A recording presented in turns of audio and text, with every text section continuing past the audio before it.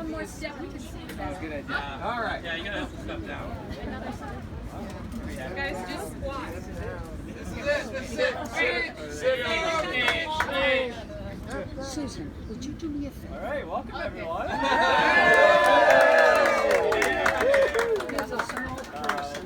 What a joy to be with everyone. I mean, we're celebrating our father's 80th birthday.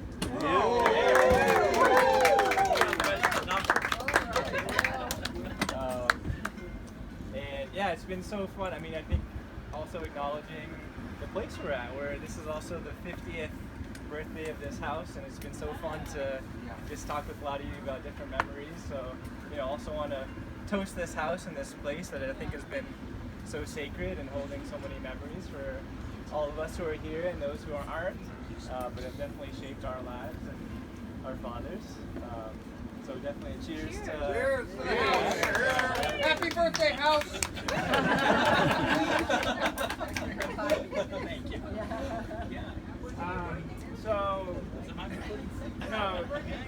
Some of you traveled from far away, but all of us who came here today, some of you thought you were traveling here to celebrate a great friend, and that's true. Yes. Some of you thought you may have been invited here to celebrate a great brother, father, cousin, also true. Some of you may have thought you've been invited here today to celebrate a great man in the works of social work and entrepreneurship and corporate citizenship. That's also true. But the real reason you've been brought here today, we have to let you know, is so that you would drink as many Cokes and beers and wines as possible to contribute to Brad's greatest passion and hobby in life, which is the collection of returnable.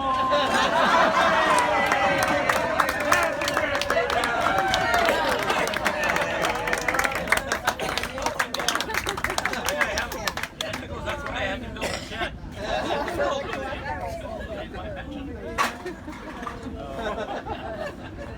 Okay, so we're going to be welcoming various cast of characters from Brad's life. First of which is one of Brad's many shadowy consulting deals. So welcome Bill to the stage. Being chair of the Southerners. Let's see. It looked like that angle was best right over here. Right there. Yeah. Anyway, but so this is on Brad's 80th birthday. Wow. What can you say about someone who has gotten to 80 years of age by avoiding vegetables, salads, and exercise, by drinking Cokes and Pepsis and eating meat? Well, you can say a lot. And I had prepared a long speech, but then at the last minute, Ben and Nick informed me that only positive comments were allowed. So this will be very brief. Of course, happy birthday, Brad.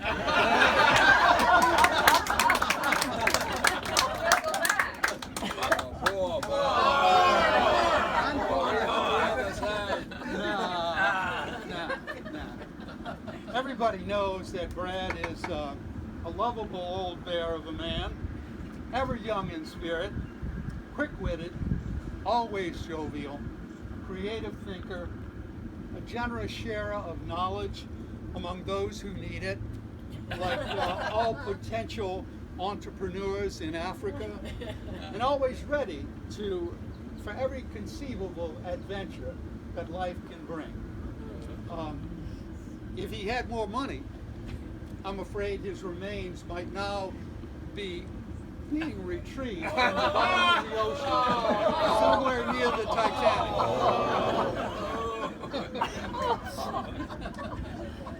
I've shared many times with Brad. I don't go as far back as Crystal, but I met both of them around the same time, the early 70s, in our mutual lives as young Jesuits. Bradley and I, along with Carrie, lived in the same community, a small community in an architecturally significant house on Brattle Street that the Jesuits rented from the Episcopal Theological School of Theology. In the middle of Cambridge in the early 70s. Wow. It was a wild ride. And we were anything but cloistered. That was true. That same year, Brad and I took a car ride down to Mardi Gras in New Orleans with Bob Coursey. Remember that? Well, I remember falling asleep driving. I was driving the car in Washington. I remember that. Yeah. Or maybe not the last time, I guess. Later, after we had left the Jesuits, there was a 3-car trip to Nova Scotia with Ridgely, Alba, Chris, and Debbie. And during my first year teaching in New Orleans, Brad and Ridge, Paul Montgomery, and Linda came down again for Mardi Gras, this time as Brad's brilliant suggestion as Boston Bruins. We dressed it, we were the only people in that entire Bacchanal that was masked as Boston Bruins. And the key to it was the hockey stick. Because it afforded protection, and then also you could lift it up to the floats and get all the beads you wanted. Brilliant. Brilliant. There's rich material from all of this connections that I've had, but tonight I'm going to say a few words about a particular shared experience that I had with Brad and Chris. It was called Boys Night Out. And later it became Man's Night Out. And I had originally, none of us can still find a copy of the original composition that I had done. I remember submitting it to the New York Times Magazine for their column. They used to run a column that was called Hers and His, I believe, at one time. It might have been Men and Women at another time. But anyway, it got rejected. It was an institution, though, Boys Night Out. It was a ritual, a get-together that happened about every 6 months while Brad was teaching first at BU, then at BC, and Chris was working in industry, and I was teaching at Southeastern Louisiana University.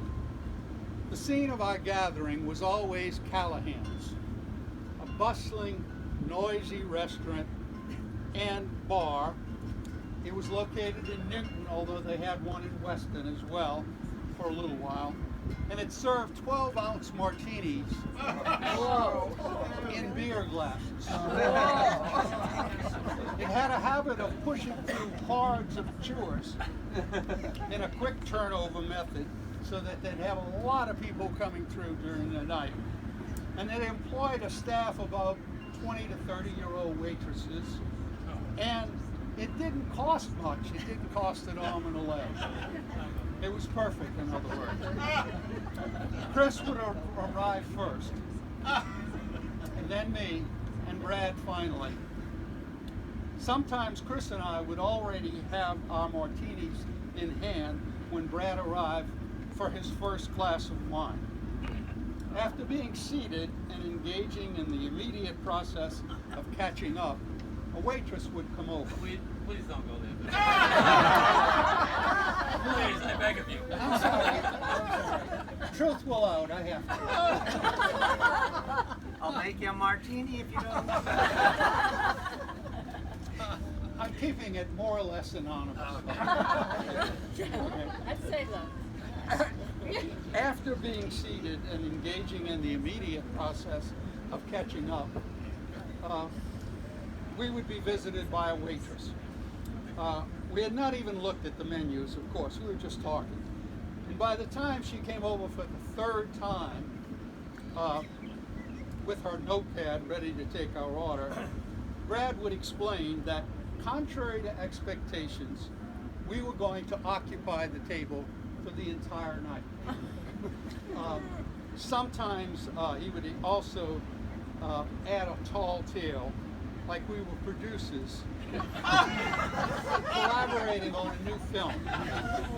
Our writers set to release our Tom Clancy blockbuster, and we needed to strategize about publicity and stuff like that.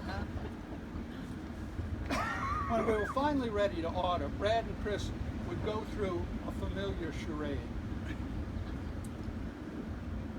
Scrutinizing the menu before the waitress, and I forget which one of them would say this, Yeah. Brad or Chris.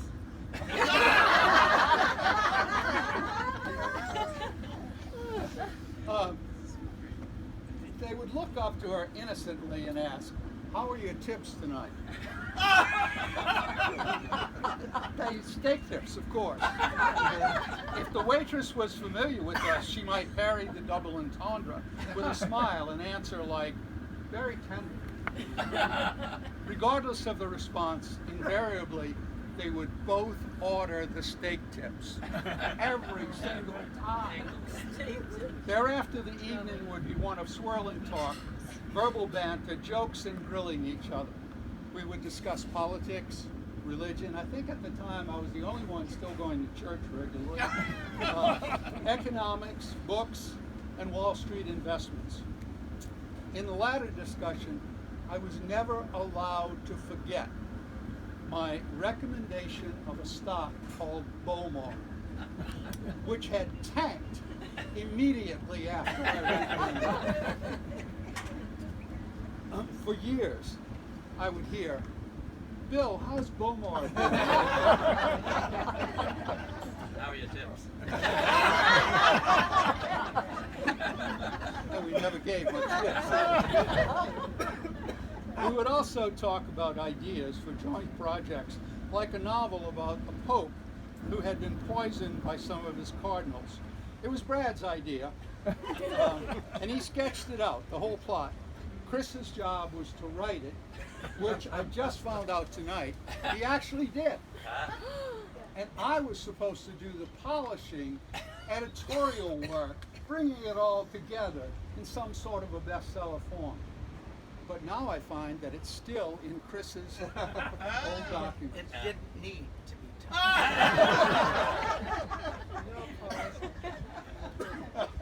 Or did I reject it outright? I don't know. I forget. But Brad was always the idea guy. One time he said, "Why doesn't somebody come up with medical insurance for dogs? All pets even." They could make millions, he said. Time, of course, proved him correct. Perhaps he expected Chris and I to gather his golden words and put them into action. But I think it was just an indication of how damn perceptive he was. I mean, it may have been just that his ideas were always bubbling over. We would then continue to talk about ourselves. At the time, health issues took little time.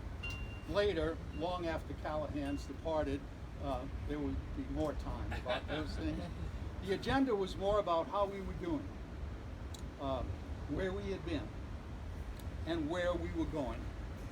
Which of our loose ends needed tying up, and which ones felt comfortably loose. It was always an ebullient night, one we all felt reluctant to end. And sometimes talk, affection, and sharing needed to spill over at a nearby coffee shop or bar. Even if it didn't, those were the real meaning of Men's Night Out.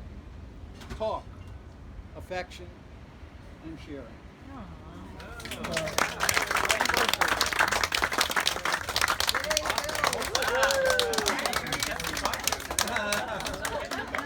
Well, Bill brought up a very important point that a lot of us know about our father, Brad, is that he does not eat vegetables.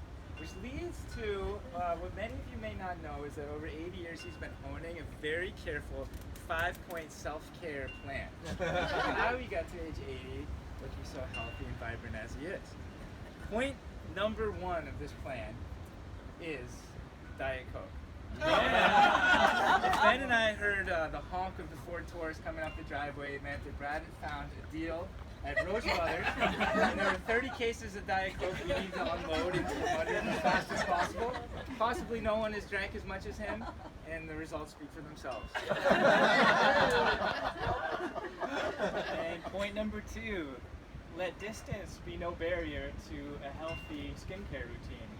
Some of you may have been thinking Brad's been traveling to Uganda to support entrepreneurship, but really he's found a spa that he describes as a full body spa scrub with a mixture of coffee, yogurt.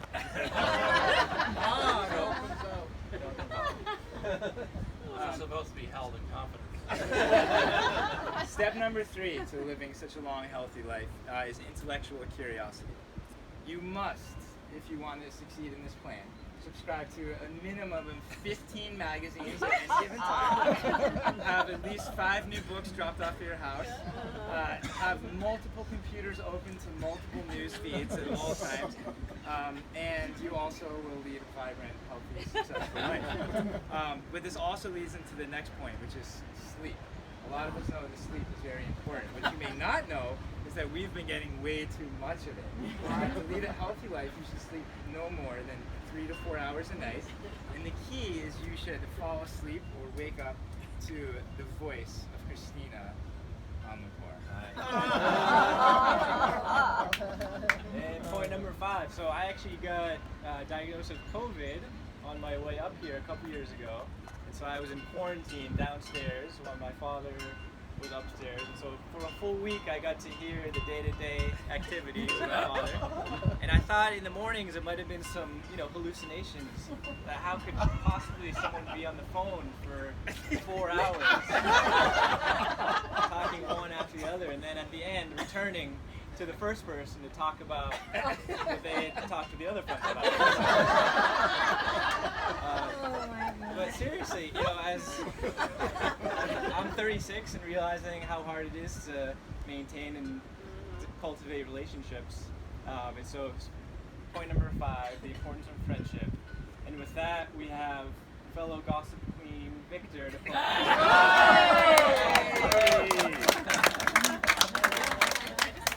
Somehow, I think there are several of us here that's part of that telephone cycle you just described. So, Chris, well, we got to figure out how to stop him talking about each of us in between. So, I'm not a Jesuit. I was never a Jesuit. I wasn't part of that group. But on the other hand, I came on scene meeting Brad at the tail end of, I guess, that Jesuit career or somewhere around there. And you've heard the themes, and this might be repetitive, but it's going to be different. I'm not going to talk about any restaurant experiences. What I will talk about is based on many of our collective restaurant experiences. We want to know, who is this character, Brad? Who is this Brad? And you can see this picture up close, but this is his ancient relative that I came across in Serbia.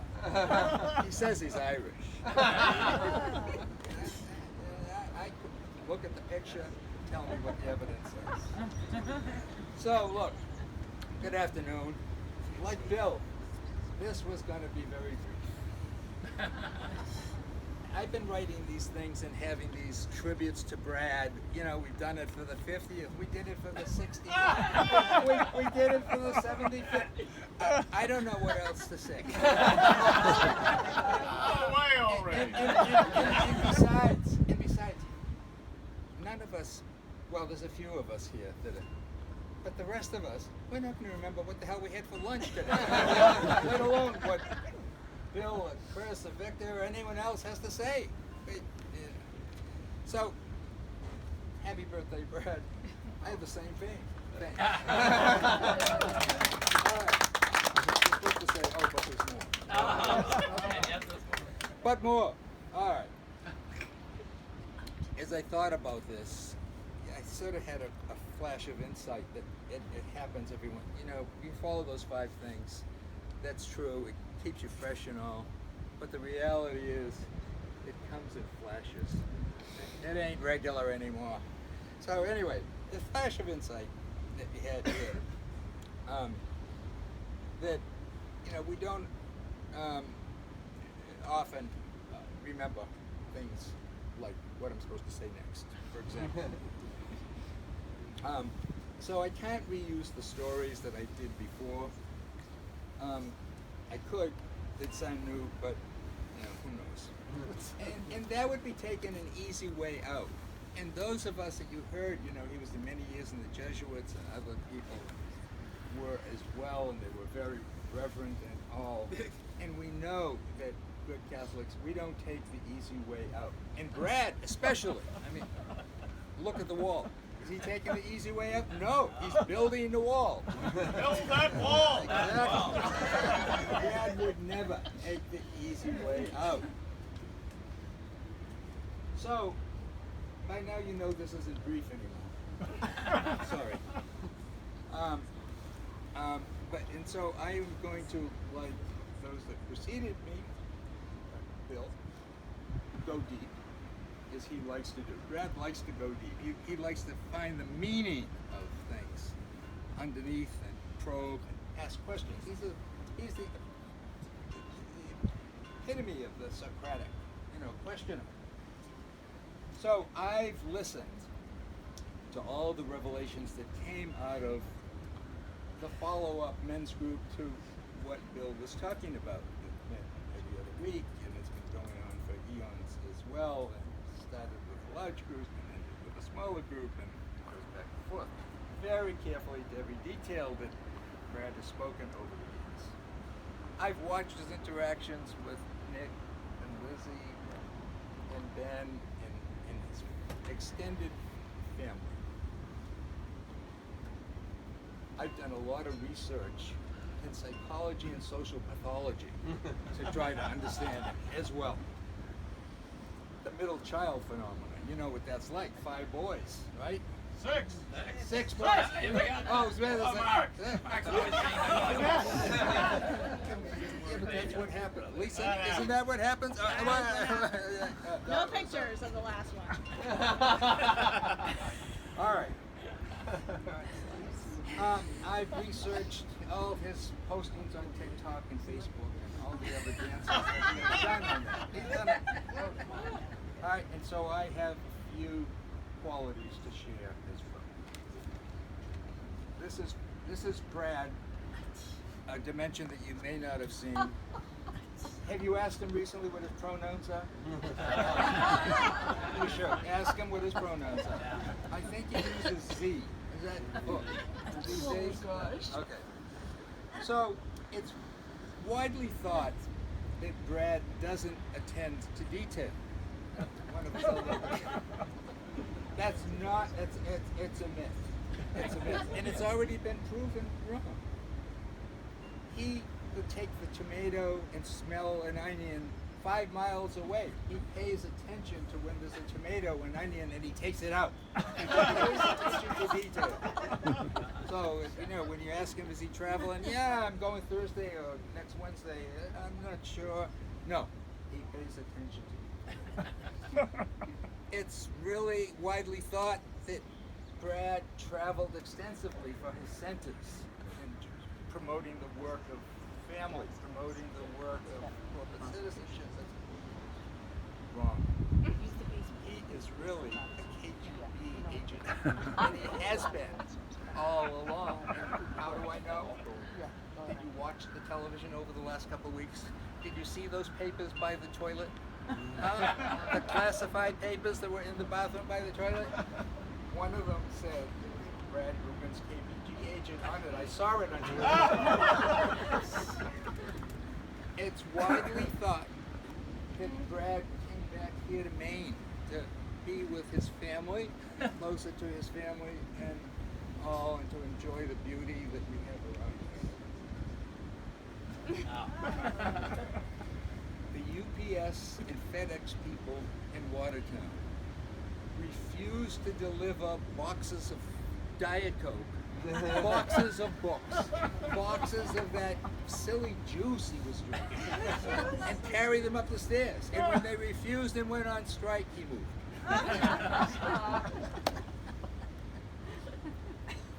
you guys mentioned about his sleep.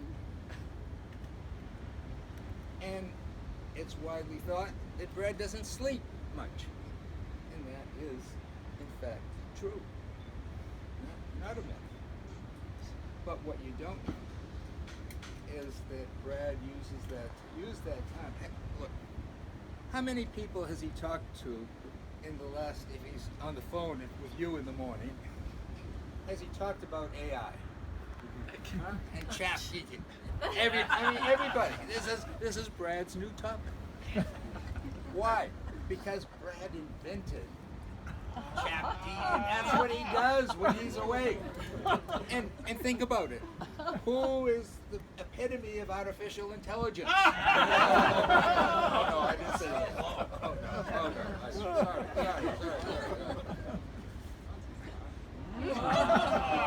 Oh boy.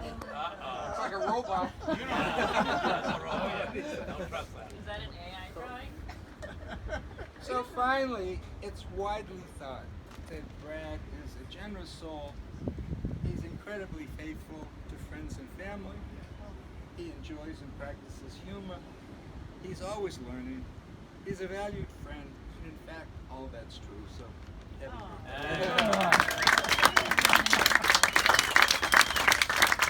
We followed up a fellow Dr. Green Crystal. Oh, wait a minute. You go ahead. What are you doing? Bill, the book that's in the closet. Yeah. What I meant to say on the way is, not that I'm going to say it, Chris, but on this trip that we did as a road trip down to the music and all that Chris told, where we met Etchy and Bill down in New Orleans, and we listened to music all the way down the Mississippi River, and we took notes all the way down, and we were going to do a travelogue. It's in the closet, right? All done. I'm ready to edit it as soon as it's ready to be released. In process. So typically with these two guys, you all are being misled. At my 80th birthday, Brad referred to me as the guy who was the band who initiated all of the things we did that were really not in the rule book. But it's not true. And here Victor, on Brad's 80th birthday, is still talking about me. My birthday is past. I just wanted to add I'd like to talk about Brad. But I really don't have much to say because these guys have done a great job of showing the pattern of his behaviors. I mean, I met him in 1962. That's when we became friends. And that is 61 years ago, Brad. And what was it that attracted me to Brad? It was fun. He was a fun guy. And what was it about the fun that I liked? It was naughty. It was against the rules. Details. It was against the rules. It pushed the envelope. And so I'm not going to share some experiences like how we ended up watching UCLA with Jerry West and Gail Goodman in 1963 playing in the NCAA finals. I am not going to tell you that story about the poor man who was 82 years old, lying in the hospital bed in the novitiate where we kept our silences all day long, spoke Latin, and he had a television. Not gonna tell you that story. But what a game. I'm not gonna tell you 3-4 years later when Brad were doing really special work down in Roxbury. We were teaching the poor, we were helping them, young boys, to grow and develop and be interested in knowledge. And then on the way home from Roxbury, Brad introduces me to this new-found thing. I wasn't aware of it because we're not allowed to read the newspapers or anything else. So he introduces me to multiplex. That's when it was first started. So you don't go into a movie house, you go into 5 movies, right? A multiplex. So he says, let's try this out. And I said, well, but we have a vow of poverty. So, well, I just happen to have a couple of bucks here. Let's go try it out. We go, we buy the tickets for a movie, and then Brad points out to me after the movie that it's a multiplex. You don't do one. Kind of naughty. Against the rules. So the next experience is, again, with that same vow of poverty. Brad convinces me, because he's got that side to him, that we should go to Aruba. How the hell are we going to get to Aruba? And he goes in that same pocket. And we go to Aruba, and the first thing we do in Aruba is notice that there are these huge cruise, what do you call a cruise? Cruise ships. Yeah, I was going to say cruise missiles. That was later. So we go to the cruise ship, and Brad starts going up the stairs. What are you doing? He says, just act like you're all It's a true story. So I acted like I belonged. Nobody's In your gonna. cassock? Did you trip over it? No Nobody cassock. bothered us. We went on. People were coming off. We're going on. And what's on the other side of the door is, well, there's free lunch. There's a bar that it costs you 5 cents for a scotch. And what else is that? A multiplex. So, lunch, a scotch, and a multiplex. Then we went to BC as students, and again, a further step along our path to sanctity. And Brad goes that day, and he's on crutches. And I, again, because both met in '62, I 19, him 19, but I was a little bit older, therefore more mature. He had the broken ankle, and I'm holding his books. And we go up to the philosophy department, and within a half an hour, he has one secretary showing him the office that we can use during the school day.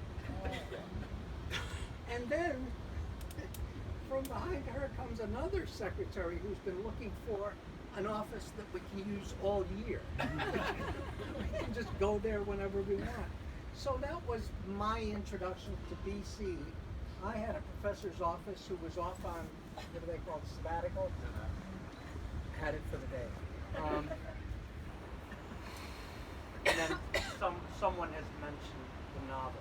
So what hopefully you're catching in these is Brad was not just fun and naughty and outside the rules, but he was also creative in the way he did things.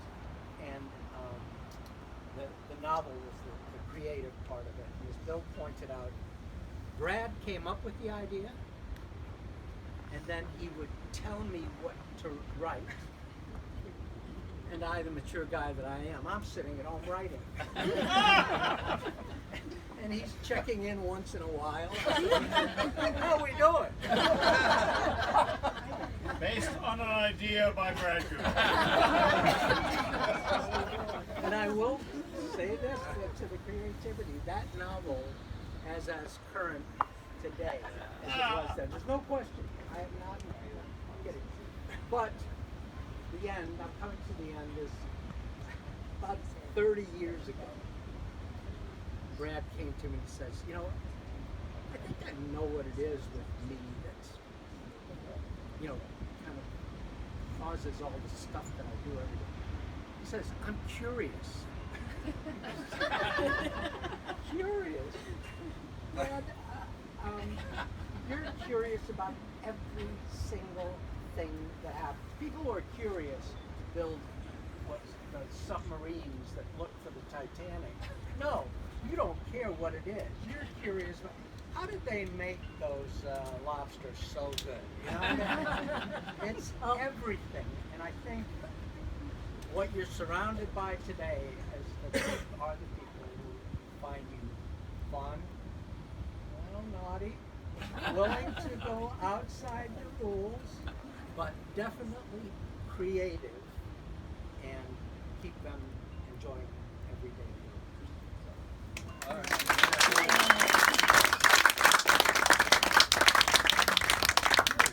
Well, Chris brings up a series of what some might call coincidences, a curiosity, charlatanism, all of which goes into something a lot of us know about Brad, is that he's perhaps traveled to more countries than all the rest of us put together. He's been to Asia, he's been to Europe, he's been to Africa, he's been to South America. And I think we have to say what a lot of us have been thinking. Is this innocent travel? Or does he belong to a public or private intelligence gathering operation? There was the busted shoulder in body surfing in Oaxaca. There was the innocent walk with Phil Mervis, who notably isn't here with us. Ended up in a ditch. Very interesting.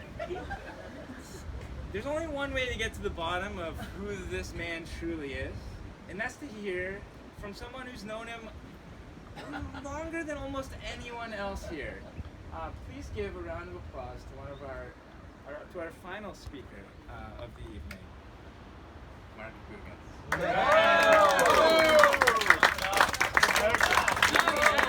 Now the truth comes out. I have in my hand, Mr. Speaker. Oh, the true file. Well, Nicholas asked me not to go beyond 45 minutes. This will be in 3 parts. The first part relates to who else was born on this day. Yeah, kind of an interesting thing. Bit of a coincidence, but you never know. And the thing that Brad will have to live forever in disgrace and infamy for is that born on this day was a fellow named Harry Frazee.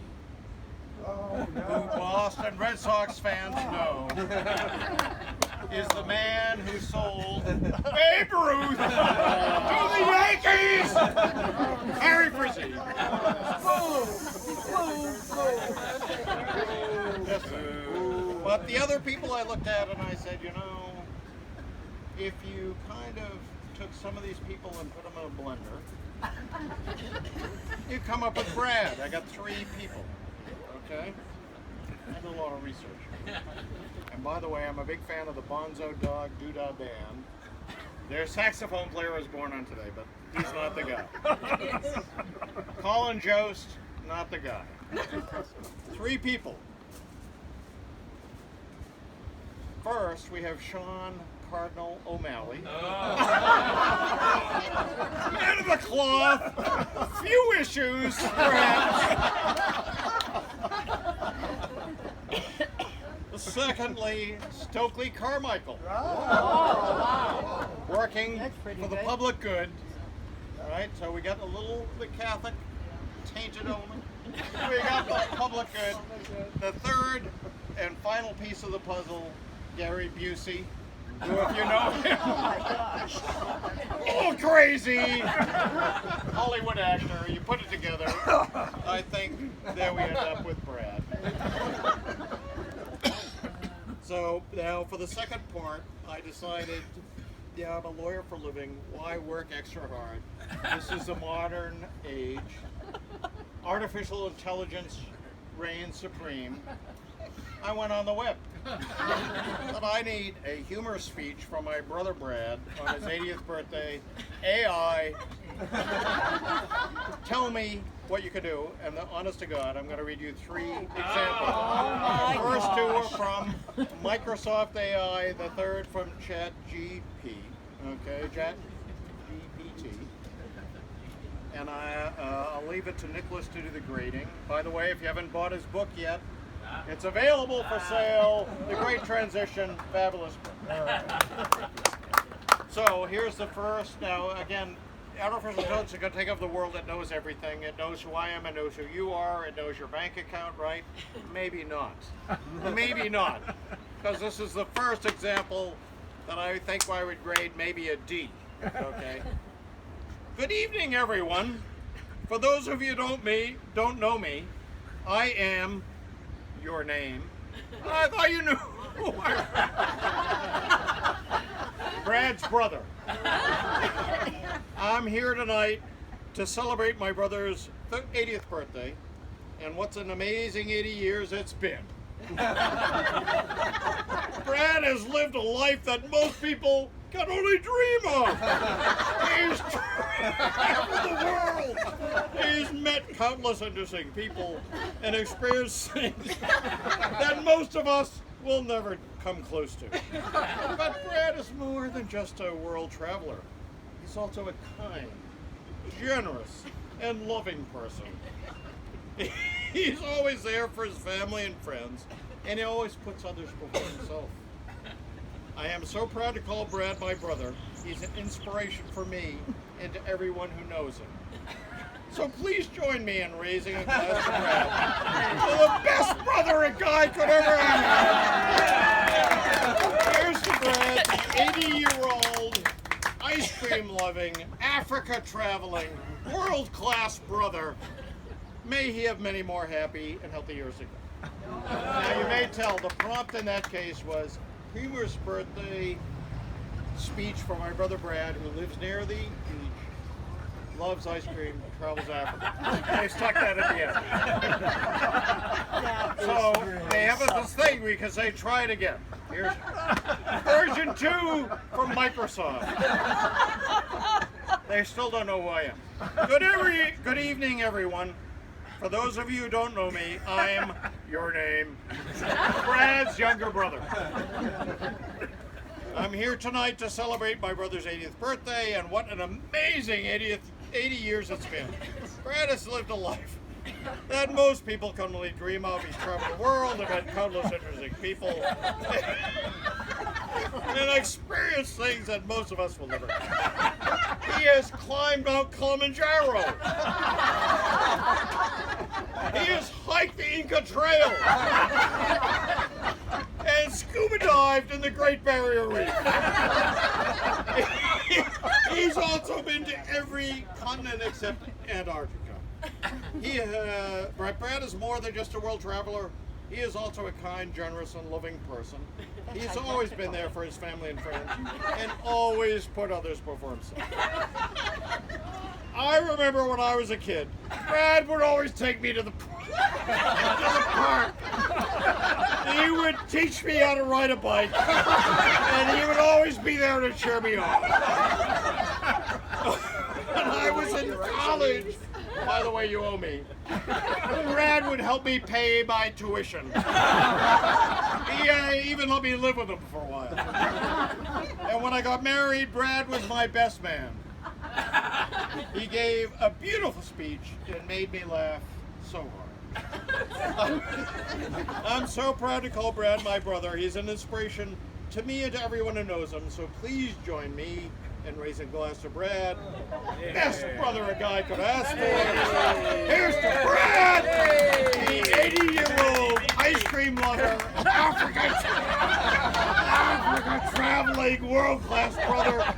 May he have many more. I decided, let's try ChatGPT. Maybe that's like a step up, okay? ChatGPT. Ladies and gentlemen, distinguished guests, and most importantly, the star of the evening, my incredible, adventurous, and slightly wrinkled brother Brad, who just hit the big 8-0. Let's give it up for the man of the hour. First of all, let me say that reaching 80 years old is no small feat. It's like completing a marathon in flip-flops while juggling ice cream cones. And speaking of ice cream, if there is one thing I have learned about our dear birthday boy, it's that he knows how to savor the sweet things in life. Whether it's a scoop of chocolate, a dollop of vanilla, or a swirl of strawberry, this man knows how to appreciate the creamy goodness that comes with every lick. And let's not forget one of the other passions, traveling to Africa. Now, I must confess that when I heard he was jetting off to Africa, I assumed he was joining a group of wildlife photographers or researching the mating habits of elephants. Little did I know that he just really loves exploring the savannas and soaking up the sun. I mean, who wouldn't want to go on a safari just to get a tan? Am I right? In fact, our birthday boy loves the beach so much that he practically lives there. I mean, his beach chair has its own zip code. Hey, can we talk about his impressive collection of seashells? Last time I checked, the beach was empty. He had single-handedly collected every shell in a 5-mile radius. If you ever need a crash course on marine biology or different shades of say it, just give Brad a call. Now, I have to say, as he turns 80, he's not slowing down one bit. While most people his age are content with playing bingo and sipping on prune juice, our adventurous brother is busy trekking across the Africa plains, capturing the hearts of locals, making sure that every gelato shop within a 10-mile radius is well stocked. So here's to our beach-loving, ice cream devouring, and Africa exploring brother.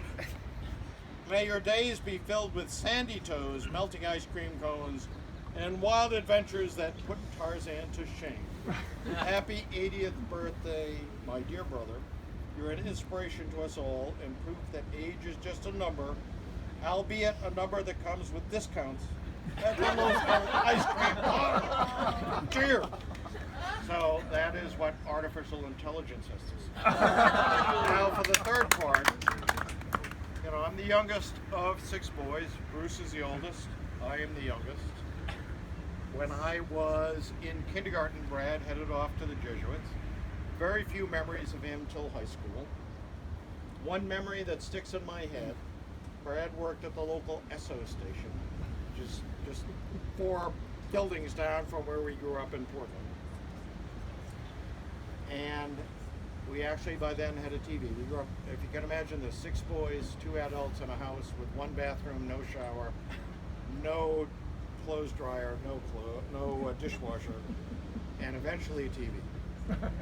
So I remember my first memory of Brad looking at a person sitting on the floor watching the TV, and he had a half gallon of ice cream and a spoon. And he ate the whole thing. And his view was, if you want ice cream, you go to work at the grass station. I'm eating my ice cream. That's what happens when you grow up with six kids. It's like, you're on your own, I'm on my own. Get lost. So I have to say, Brad, that you've been a weighty influence in my life, and I know that term comes up a lot. It's been a great blessing for me to have you as a brother, and it took us a while to get connected because of the age gap, but since then it's been great. And ChatGPT didn't quite rise to the occasion, but at any rate, happy 80th, glad you're here, avoid the vegetables.